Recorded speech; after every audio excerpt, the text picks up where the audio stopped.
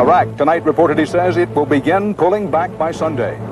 President Bush says that the status quo is unacceptable, and the oil shock rattles the U.S. economy.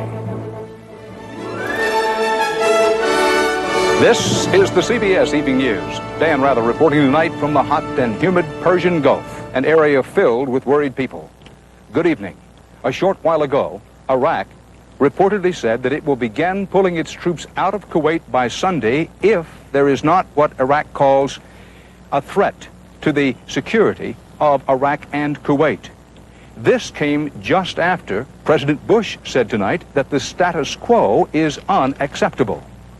All of this on the heels of a day in which more than 100,000 Iraqi troops poured through Kuwait, conquering the country and occupying the country against only scattered resistance. The Iraqi troops drove to within a few miles of the border with Saudi Arabia.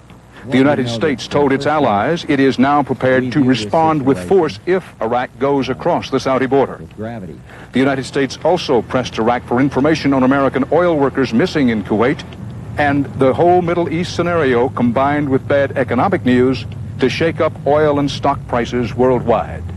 Tom Fenton begins our coverage. Pockets of resistance were systematically overcome today as Iraqi troops swept toward the Saudi Arabian border.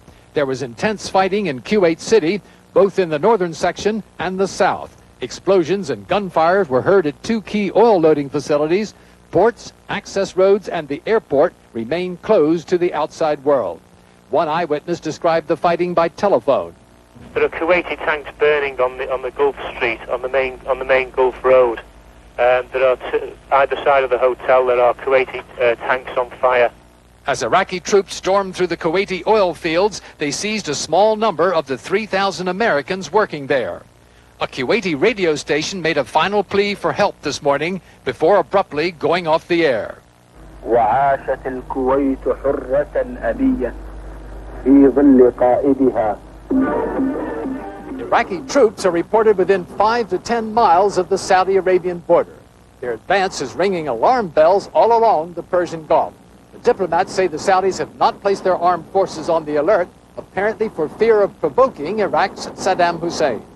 Saddam must reason, and I think he'd be right to reason so, that any push into Saudi Arabia would be really a trigger for American intervention against him. At an Arab League meeting in Cairo, the Saudis joined 5 other Arab nations in condemning the invasion and demanding that Iraq withdraw its troops. There were anti-Iraq demonstrations outside the meeting.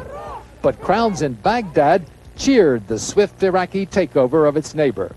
A flurry of diplomatic activity, including a visit to Iraq today by King Hussein of Jordan, is not expected to have much influence on Saddam Hussein.